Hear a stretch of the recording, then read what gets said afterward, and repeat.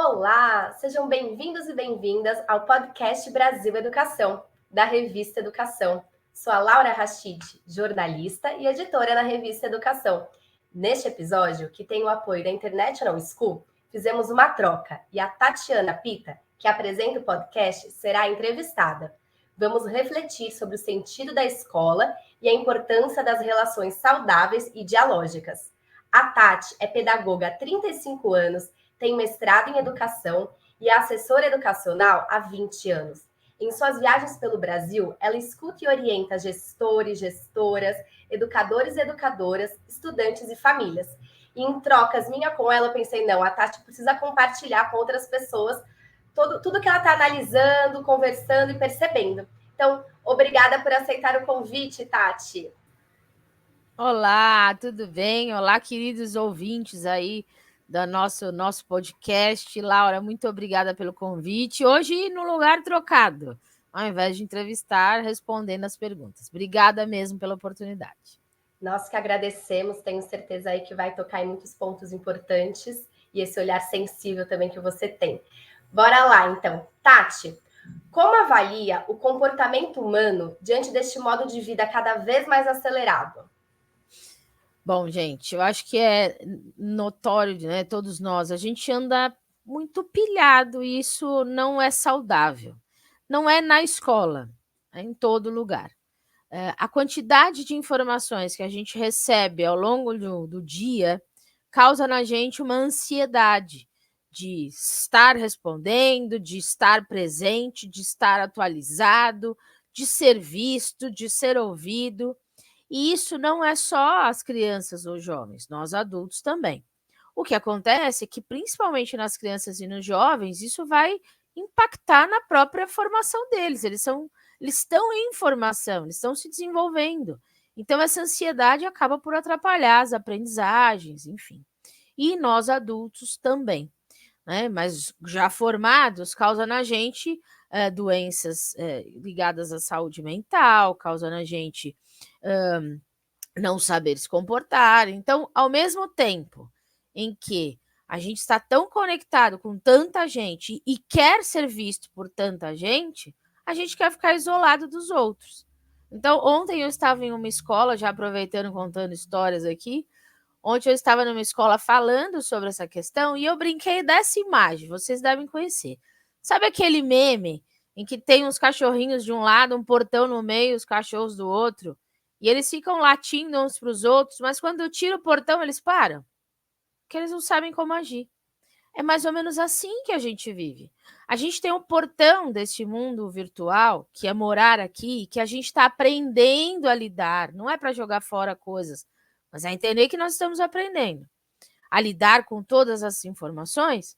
E aí aqui a gente fica no conflito, grita, fala e quer o like.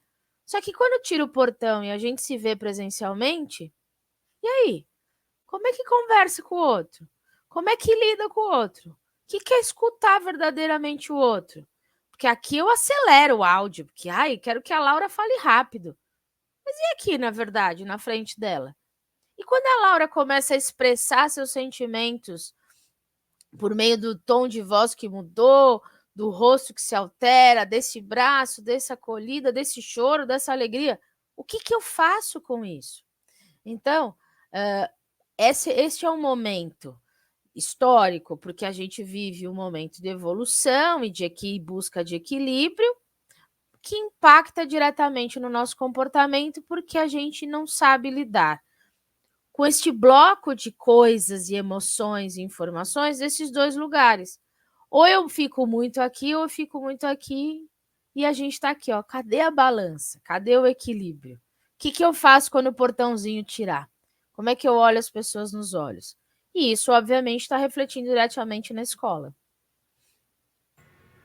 Vários desafios de uma questão básica que é a relação também, né? Como você coloca em outras conversas que a gente já teve também super bem.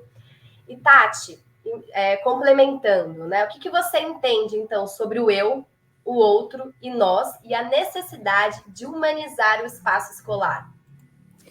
Eu gosto demais e sempre cito este campo de experiência que está na BNCC e é da educação infantil. Isso significa que, teoricamente, a gente precisa trabalhar isso lá. Não, para mim, o eu, o outro, o nós é eterno, porque ele é parte da nossa formação. É um campo de uma experiência que, ao longo da minha vida, se modifica. Então, dar voz, dar luz a este campo é entender que, a cada momento da nossa vida, nós vamos evoluindo e mudando nossos olhares de acordo com as experiências que vivemos. Levar isso em consideração na escola, ao longo desse processo, na educação infantil, anos iniciais, finais, ensino médio, na graduação, na pós, na vida profissional, é entender que eu preciso constantemente perceber quem eu sou. Porque eu não sou uma coisa que eu só nomeei cabeça, tronco, perna e pé, igual a musiquinha, e que eu tenho cabelos castanhos, olhos tais e tamanho tal, e gosto de passear e de verde e amarelo, mas eu sou uma pessoa que evolui de acordo com o que eu vivo. Então, aos 8 anos eu sou de um jeito, aos 11, quando eu entro na adolescência, tudo vai mudar. Quando eu entro na juventude, agora uma senhora de 50 anos, uma menina de 2 anos. Quem é a Tatiana ao longo disso tudo? Como é que eu ajudo esse estudante, porque está lá, formação integral do sujeito, a olhar para si nesses lugares diferentes que ele vai atuar? Porque isso implica na aprendizagem. Eu aprendo também de maneiras diferentes. Como é que eu olho para o outro? O outro que no início da minha vida nem existe, porque eu tenho um olhar egocêntrico, não consigo perceber o outro. De repente opa, tem alguém aqui, e aí a gente parte para esse princípio de comunicar-se, né? Das expressões, das vozes, do contato, do não, do sim, do pode, não pode, do juntos, das histórias, das diferenças físicas, emocionais, psicológicas, das histórias, e isso também vai crescendo. Como é que eu olho o outro quando eu sou criança, com um olhar tão limpo e puro? Como é que eu vou olhando o outro quando eu vou tendo contato com outras coisas? E aí, infelizmente, a gente vai criando os pré-conceitos, a construção do outro. Quando eu chego na adolescência, quando eu chego na vida adulta, quando eu vou me relacionar. Isso é princípio importante. O outro que vai trabalhar comigo, que vai conviver comigo, que mora no prédio. Olha lá os combinados de novo, olha lá o comportamento de novo. E o nós, mais do que tudo que a gente está vivendo, de problemas, como é que a gente olha o coletivo? Lá na educação infantil, quando a gente aprende a sentar e tomar decisões juntos, vamos fazer um combinado. Nós precisamos brincar. Como é que a gente vai brincar? Como é que a gente toma uma decisão? Por que lá é fácil e aqui na vida adulta é tão difícil a gente sentar e falar, então, Laura, vamos ter que brincar. Como é que a gente vai resolver essa questão? Não dá para eu jogar a pessoa fora, a gente vai ter que viver. E aí volta de novo a questão escolar e esse espaço que humaniza. Mais do que saber coisas, é saber conviver. Aquele portão que esbarra, que divide a gente, ele fez com que quando ele vai embora, e aí a gente já tem vários estudos falando sobre isso, ele mostra que a gente agora tem uma dificuldade em se relacionar com o outro, a gente tem mais dificuldade de foco, de alteração de sono, de vícios, de um monte de coisa, mas focando na interação com o outro, né, que é o que a gente está conversando. Se eu tenho um excesso de distanciamento, o espaço escolar, que é presencial, vivo, plural, democrático, ele que precisa alimentar essas experiências. Aqui eu preciso pôr pé no chão, eu preciso rasgar, eu preciso pôr a mão na água, eu preciso brigar, eu preciso pedir desculpas, eu preciso abraçar, eu preciso dizer eu não gosto, eu gosto, eu preciso ouvir, ser ouvido, entende? Humanizar o espaço escolar é viver. A gente não sabe mais viver com o outro e é necessário. Então, a cada momento, esse eu, o outro e o nós deve estar presente nas estratégias. Não tem aula de eu, o outro e o nós. Tem dia a dia. Então, tem trabalho em equipe. Equipe, não grupo. Grupo, um faz, um grampeio entrega. Equipe, nós temos algo para resolver, nós precisamos levantar hipótese, nós precisamos tomar uma decisão, nós vamos resolver, nós vamos avaliar, nós vamos dividir os louros e as atrapalhadas do que a gente fez, né? O trabalhar, o ouvir. Então, ouvir que não dá para acelerar, vou ter que prestar atenção. Não ouvir para responder, ouvir para entender. Nós precisamos saber argumentar, não é porque sim, porque não, porque eu vi no TikTok, porque eu acho, porque fulano, não. Por quê? E aí argumentar significa analisar cenários, analisar o todo. A gente vive num mundo de recorte, né? Então, o mesmo recorte pode servir para o bem e para o mal do que se depende. É uma imagem, eu manipulo aquilo. Agora, na vida, eu preciso olhar do maior para o menor. Então, é olhar mesmo. Sabe, eu sempre brinco com as professoras, principalmente de educação infantil, quando eu vou... Tem lugares que eu vou, que tem escolas que eu falo, eu quero morar aqui, pode? Aquelas escolas que tem árvore, que tem lugares mais livres. Gente, vai deitar no campinho e vai olhar nuvem. Você lembra quando vocês eram crianças? Eu ainda faço isso. E a gente ficava brincando de ver nuvem, que bichinho tem. Ah, mas o que é isso? Isso é o ócio criativo, isso é imaginar, isto é criar possibilidades. É olhar o crescimento de uma planta. Vamos ter que esperar essa semente crescer, vamos ter que regar, vamos ter que cuidar. É olhar um processo de como a gente vai fazer esse trabalho. Então, qual é o nosso objetivo? Tal. O que a gente precisa? Esse material. Cheque. O que a gente vai fazer primeiro? Isso.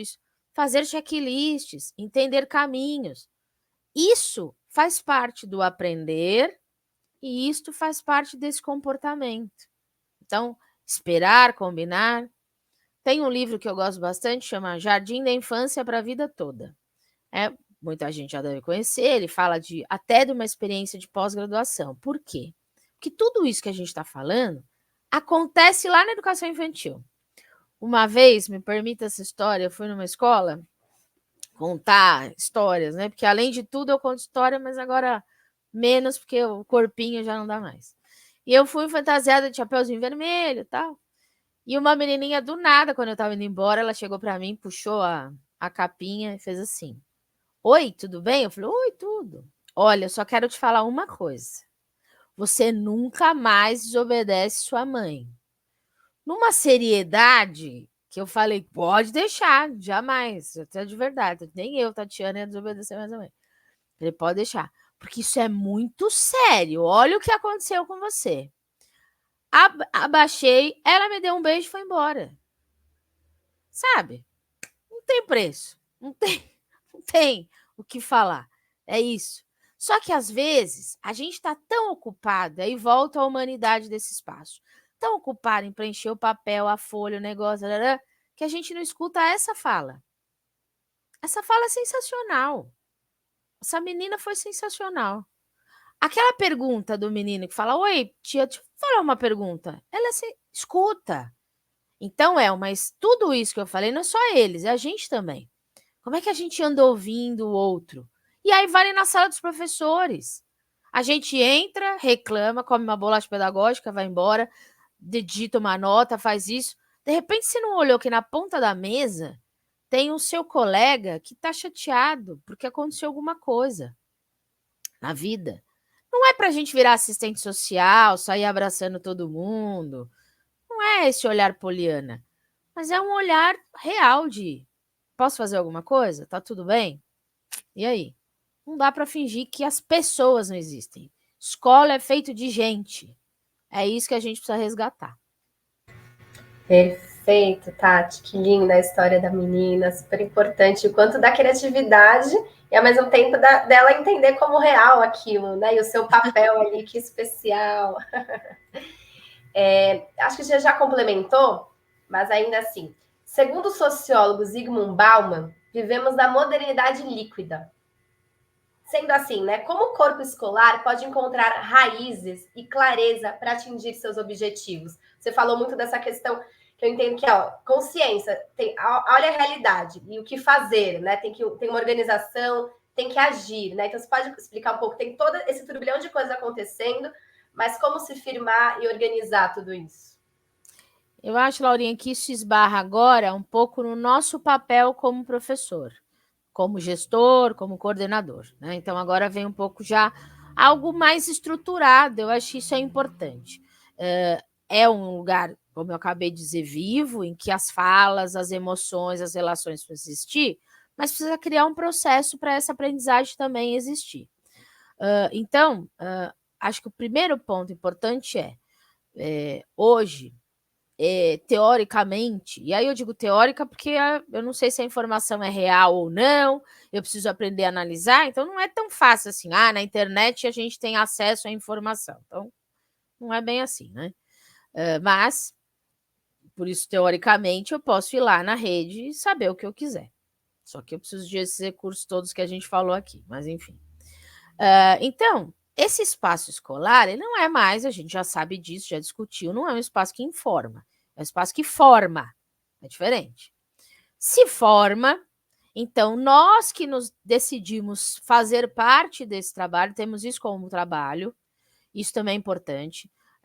Quando eu brinco com os professores, quando eu vou nas escolas, assim, não é que a gente tem uma missão, quando a gente nasceu, uma luz divina acendeu e falou, você... Não é missão, é uma profissão que tem uma responsabilidade maior porque lida com pessoas. E as nossas atitudes influenciam na vida dessas pessoas. As nossas palavras influenciam nessas pessoas. Quando eu dava aula na pedagogia, falava muito para as meninas no primeiro ano. Eu perguntava, por que você quer ser professor? Porque eu gosto de criança, porque eu gosto disso. Não é gostar. Eu tenho que gostar de gente, de velho, de novo, de árvore, de passarinho. Eu tenho que entender que, como professor, eu tenho uma responsabilidade enorme no processo formativo de alguém. Olha que ponto forte. Então, quando eu digo, Laura, você de novo? Laura, não acertou. Laura, por favor. Laura. Eu vou ouvindo esse Laura, Laura, Laura, e isso vai me fazendo acreditar que eu não sou capaz, que eu não consigo. Então, a gente tem que tomar, como professor, o cuidado com a palavra. A palavra é forte, ela tem significado, está aí na humanidade. Mas também, ser professor não é só eu saber aquele conteúdo. Então, um exemplo, eu sou professora de sociologia também. Obviamente que isso me agrada. Então, eu tenho conhecimento sobre isso. Eu não estou lá para medir o meu conhecimento sobre sociologia. Eu estou lá para que você aprenda sociologia. É outra coisa. Não é um jogo de palavras. Eu já sei como é que você vai aprender. E aí eu entender que cada um de nós tem maneiras diferentes de aprender. Olha indo para o processo. Então, primeira coisa, aprender não é igual, as aprendizagens são diferentes. Esse espaço escolar não é genérico. Então, eu dou aula no quinto A e no quinto B e é tudo igual. Não.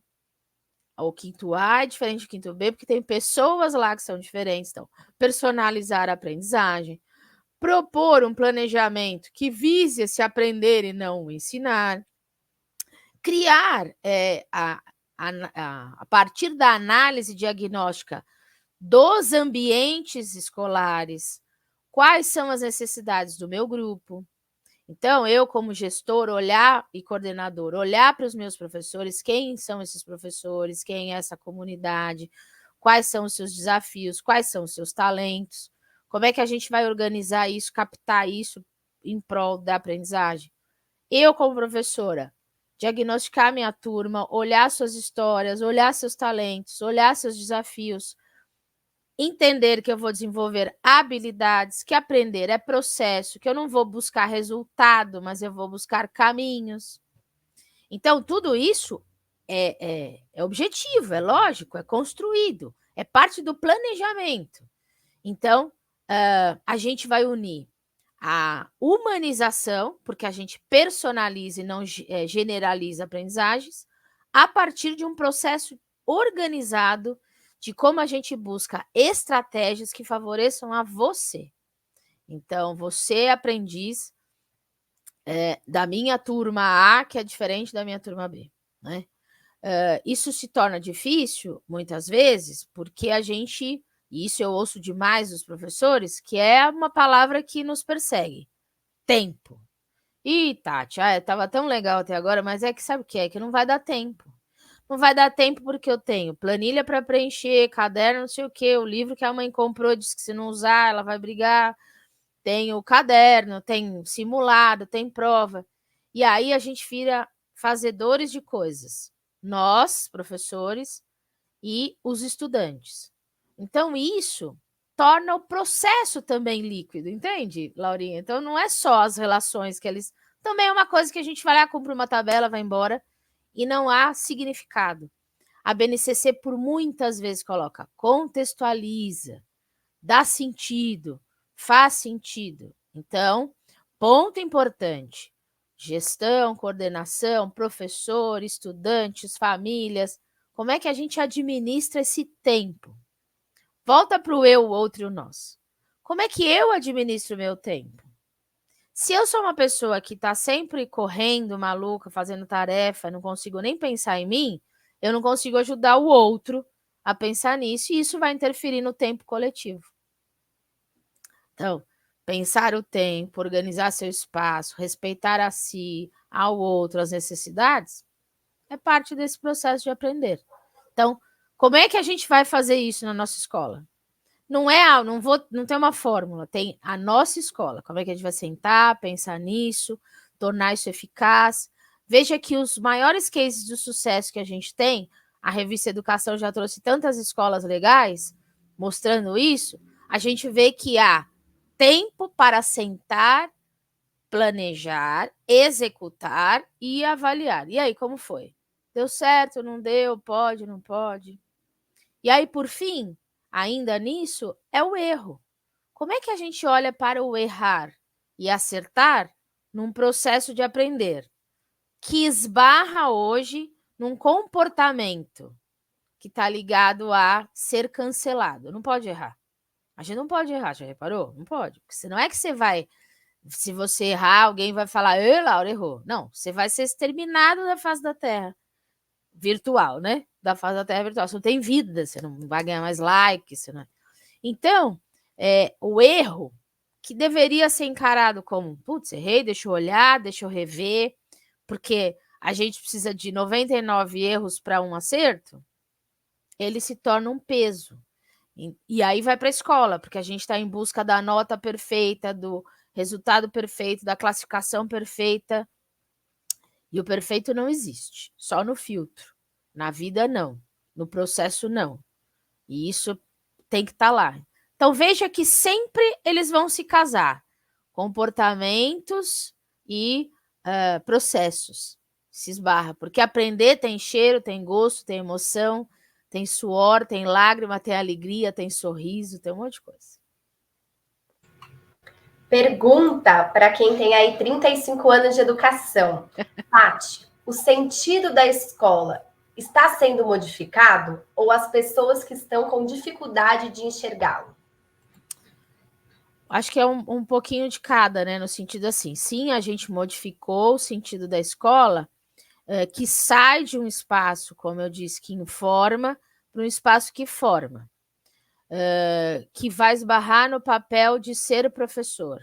Alguém que sabe, manja muito, a gíria de velho, né? Manja muito da sua área, então eu vou lá, eu arraso e falo bem, e isso não tira, preciso saber o conteúdo, mas passa a ser um papel de alguém que olha para o aprendiz. Então, uma relação ali que vai mediar. O espaço escolar muda a sua função quando deixa de ser um espaço que responde para ser um espaço que pergunta. Então, nós viemos de uma escola em que a resposta, na outra linha, parágrafo, letra maiúscula, era procurada, e que tudo bem, isso tem que ficar claro, porque era um mundo que a gente fazia. Quanto mais eu reproduzia a minha formação, melhor, eu ia executar aquela tarefa para sempre. Então, o treino. Só que aí a modificação está no sentido de que o mundo mudou.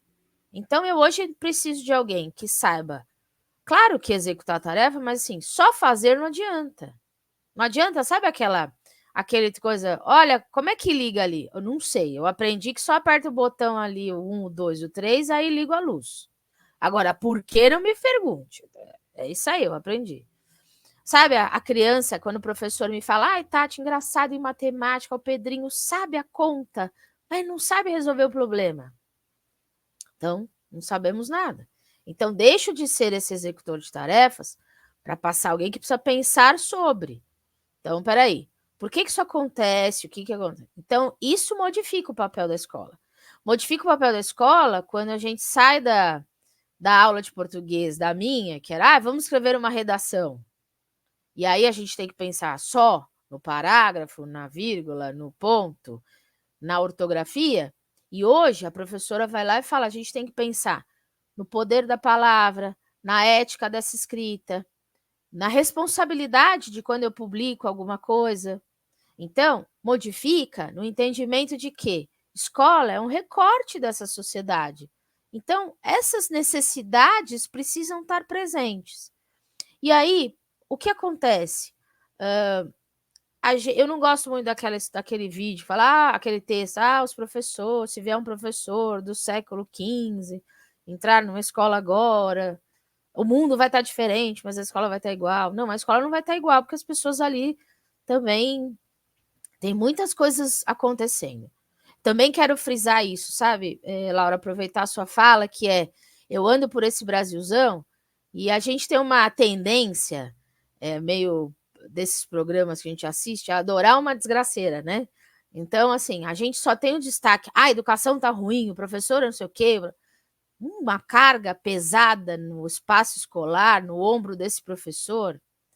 E aí eu vou dizer para vocês que em todo lugar que eu vou, eu vejo muita gente fazendo muita coisa legal e muita inovação dentro desse espaço. E esse olhar acontecendo. Só que o que acontece? Voltamos à pergunta anterior. Calma, não é rápido, não é líquido, não é instantâneo. É processo. Da mesma forma que nós estamos passando por um momento de evolução e equilíbrio, a escola também está olhando para suas metodologias, para suas estratégias, para o seu papel, que também buscando equilíbrio. Então, quero aqui reforçar que tem muita, mas muita gente fazendo a diferença. Muitas escolas. Eu já fui em escola top, com um laboratório da NASA. Eu já fui em escola que não tem absolutamente nenhum recurso. E muita coisa acontece lá, porque estão aprendendo a olhar isso. Até quero falar eu acho que num podcast da Raquel eu falei dela, mas eu quero falar dessa escola de novo, que vale a pena. Uma vez eu fui numa escola na cidade de Tiradentes. Para quem não é daqui de São Paulo, a cidade de Tiradentes fica numa região de periferia da zona leste de São Paulo, carente, um pouco violenta, enfim. Quando eu fui chegar na escola, a escola era toda murada, fechadaça, e aí para você entrar, você tinha que avisar, estamos chegando, para já abrir o portão, você já tá pimba, caiu lá dentro. Podia triscar na porta. Eu já fui, olha lá, gente, os nossos olhares. Que pena, olha que horrível, olha a situação. Tal. Quando eu entrei, sabe, galera, essas escolas que a gente tanto procura na Finlândia, não sei aonde, ela estava lá, no meio da cidade de Tiradentes. A escola lá dentro era colorida, ela não tinha sinal, então tocava uma música, as crianças mudavam de sala, então ela tinha a sala ambiente. Toda a escola era decorada com projetos das crianças e eles saíam ali conversando, comportando. Eu fiquei com o queixo caído.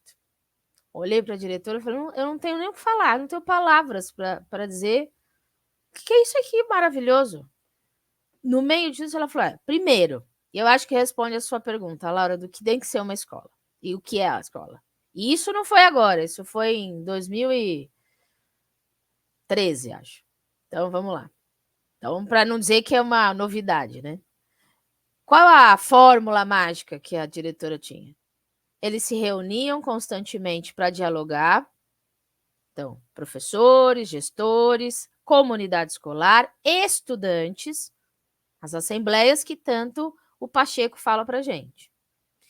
Eles entendiam que aquela escola precisava ser, sim, um oásis diferente daquele mundo. Não é porque eles viviam aquela realidade violenta que ali dentro precisaria ser. Então, sabe, a ideia do sinal, da fábrica, da cadeira. E eles entendiam que a aprendizagem precisaria fazer sentido por meio dos projetos. 2011. A gente nem estava discutindo a BNCC, nem a tecnologia, o smartphone ia chegar, então nada disso. Mas a gente já tinha essa consciência e já tinha muita coisa acontecendo. Então, vale a gente pensar nisso. A humanidade mais processos bem definidos igual à formação integral. Tati, que história linda. Vamos recordar e tem que fazer matéria, hein? Você já tinha falado no outro episódio, tem que fazer matéria. Qual a importância, então, de uma gestão e coordenação que escuta e entende as necessidades de sua comunidade escolar? É isso, né, Laura? Não dá. De novo, eu acho que a frase que eu mais falo nas escolas, tá no meu livro, tá em todo lugar, é educação. E essa é a mudança. A educação não é um processo geral, genérico. Não dá para eu entender. Eu vou agora falar da gente, né, velho aqui da geração X. A gente saiu do magistério, quem fez, né? A gente saía do magistério segurando um monte de pasta. Então eu podia dar aula, minha filha, lá no Acre, lá em Chapecó, aqui em São Paulo, porque eu ia dar aula para o 5º ano, eu tinha tudo separadinho. Porque eu ia dar, por exemplo, aula de adição. Então eu tinha várias estratégias para trabalhar a adição. Pronto. Isso é uma ideia genérica. Então, assim, eu vou buscar uma prova num site. Mas será que essa prova, e onde muda? Será que essa prova combina com os meus alunos? O livro didático, eu escrevo o livro didático, a gente tem um olhar genérico, óbvio, não dá para você ter um olhar personalizado. Mas quando ele vai para a sala de aula, eu tenho um olhar personalizado para usar esta ferramenta. Então, a primeira mudança, ela precisa estar aí. Eu, como gestor dessa escola, como coordenador, a primeira coisa que eu entendo é: mas eu sou gestor e coordenador há 30 anos, tá? Então, há 30 anos, cada ano num lugar ou em lugares diferentes, ou pode ser até naquela mesma escola, mas eu entendo que as coisas mudaram. Olha, ontem eu fui a uma escola, vou até falar aqui deles, que eu gosto muito deles, Colégio Laios, aqui perto de casa, inclusive aqui na Zona Leste. Eu vou nessa escola desde 2010, acho. E ontem eu fui de táxi para trabalhar de manhã, não quis ir de carro.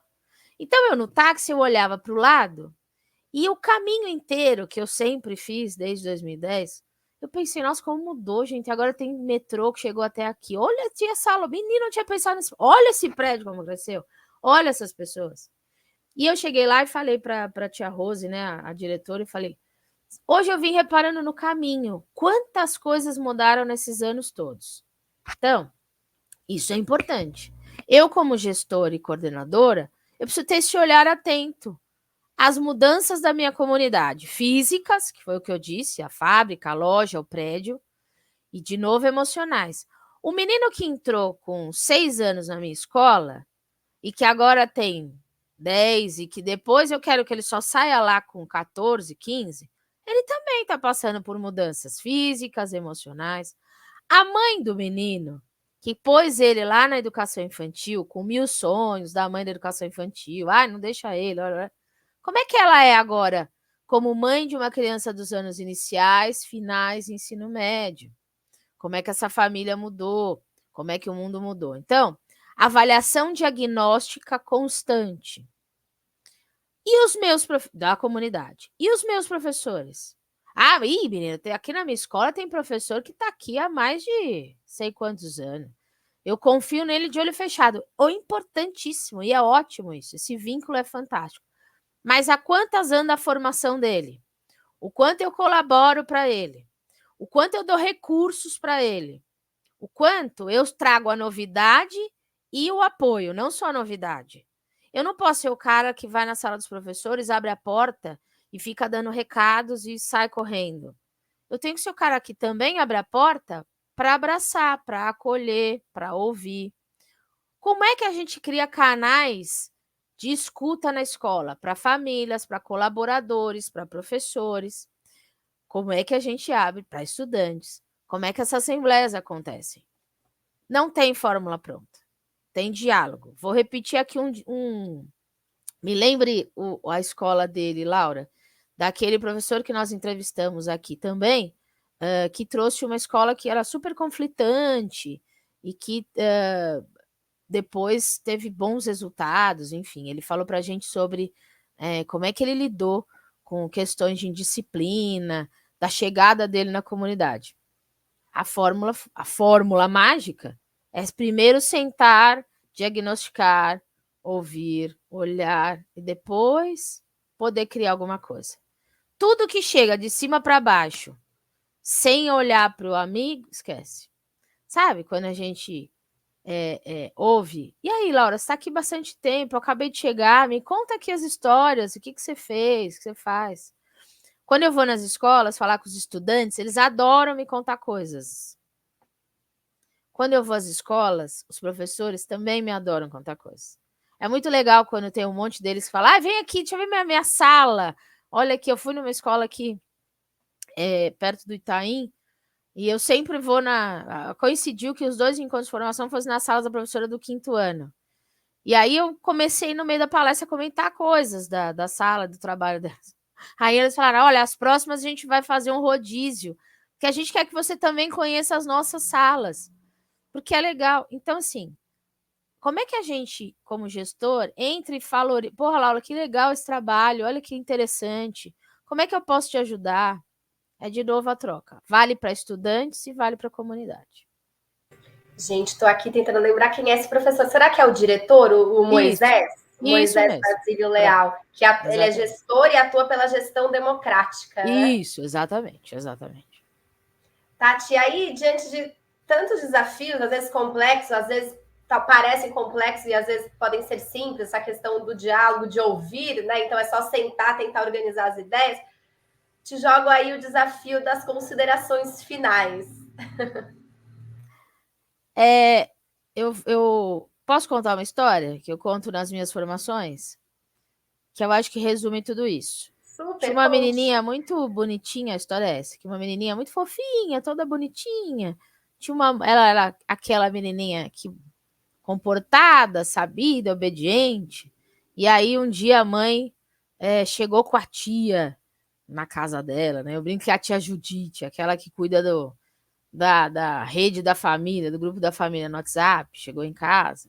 E aí ela prontamente foi mostrar a filha, falou, tia Judite, isso aqui é minha filha. Filha, dá bom dia para tia Judite. Aí a filha, bom dia. Ah, que graça. E a menina carregava 2 maçãs na mão. E aí ela disse, filha, dá uma maçã para tia Judite, para mostrar que a menina era educada, sabia partilhar, para a tia não falar mal dela, né? A menina olhou para a tia, olhou para a mãe, mordeu a primeira maçã, mordeu a segunda maçã.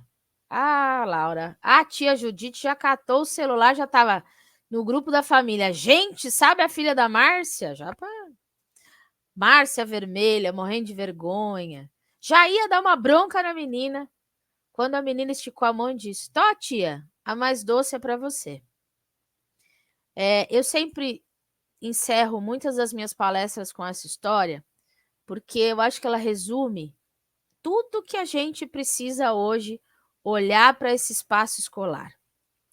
Quando a gente está apressado, toma decisões precipitadas, não ouve, não entende o processo, porque eu não sei o que está passando na sua cabeça, eu preciso conversar, você precisa me contar, a gente precisa trocar. Eu tomo decisões precipitadas, eu generalizo as coisas, eu crio preconceitos. Se eu paro, se eu escuto, se eu troco, se eu olho verdadeiramente, como as respostas me surpreendem e como as coisas podem ser melhores. Então, tem fórmula? Não tem. Tem dia que a gente vai estar exausto, professor. Vai. Tem dia que vai, que a gente vai falar, meu Deus, porque eu não fui vender flor. Vai. Tem dia que a gente vai pensar, vou jogar tudo para cima, mas vai ter tantos dias, e você sabe disso, em que a gente é surpreendido com tantas falas, com tantos presentes, com tantas lembranças de professor, de alunos que nos encontram e dizem, oi, pro, lembra de mim? E aí você fala, valeu a pena. A gente não vai salvar o mundo, não viemos para isso. Viemos para ajudar essas pessoas a transformar o mundo delas, o eu, o mundo do outro e o mundo coletivo. Já dizia Paulo Freire. Obrigada, gente. Super obrigada, Tati. Como eu coloquei no início, esse olhar sensível é super importante diante de tantas coisas que a gente está vivendo. Eu vou compartilhar rápido. Esse fim de semana eu estava com meus sobrinhos em casa. Um de 9 e a outra de 11. Maravilhosos, lendo, aquele clima super gostoso. E eu tenho apegos, eu guardo muita coisa da minha infância e guardo com cuidado, coisinhas super novas. E eu tenho 2 marcadores de página diferentes, com imã, que na época eu tinha 10 anos, eu vou fazer 32 mês que vem, então há uns 22 anos que eu guardo e divulga a empresa da mãe de um super amigo de infância. Então, tem um carinho. E aí ela viu a Marie, de 11 anos, e eu, a Marie, pode pegar. Eu vi que ela gostou, porque aí ela, não, é seu. E eu, não, pode ficar. E aí eu dei, aí eu virei, fui fazer alguma coisa, aí ela foi atrás de mim. E tem 2, né? Ela, qual que você gosta mais? Eu gosto dele, então eu vou ficar com outro. E eu tinha dado o que eu gostava mais, na verdade, né? Aquele coração. Acho que dialoga um tiquinho com essa outra história. Bom, gente, aproveitando, né, para quem se interessar, a Tati, ela é autora do livro Planejar para o Outro Aprender, transformando o ensinar e o aprender com o planejamento reverso, da Formate Editora. É um livro aí recém-lançado e o prefácio é do grande professor Vasco Moreto, que aqui a gente já teve o prazer de ouvir também, né, Tati? Exatamente. E é isso, continue nos acompanhando. Se gostou deste episódio, não esqueça de mandar seu comentário ou sugestão para o e-mail podcasts, no plural, @rfmeditores.com.br. Nos siga em nossas redes sociais, Revista Educação, e saiba mais sobre tudo o que acontece no setor pelo nosso site, www.revistaeducação.com.br. Obrigada, Tati, a quem está nos ouvindo, e até o próximo episódio.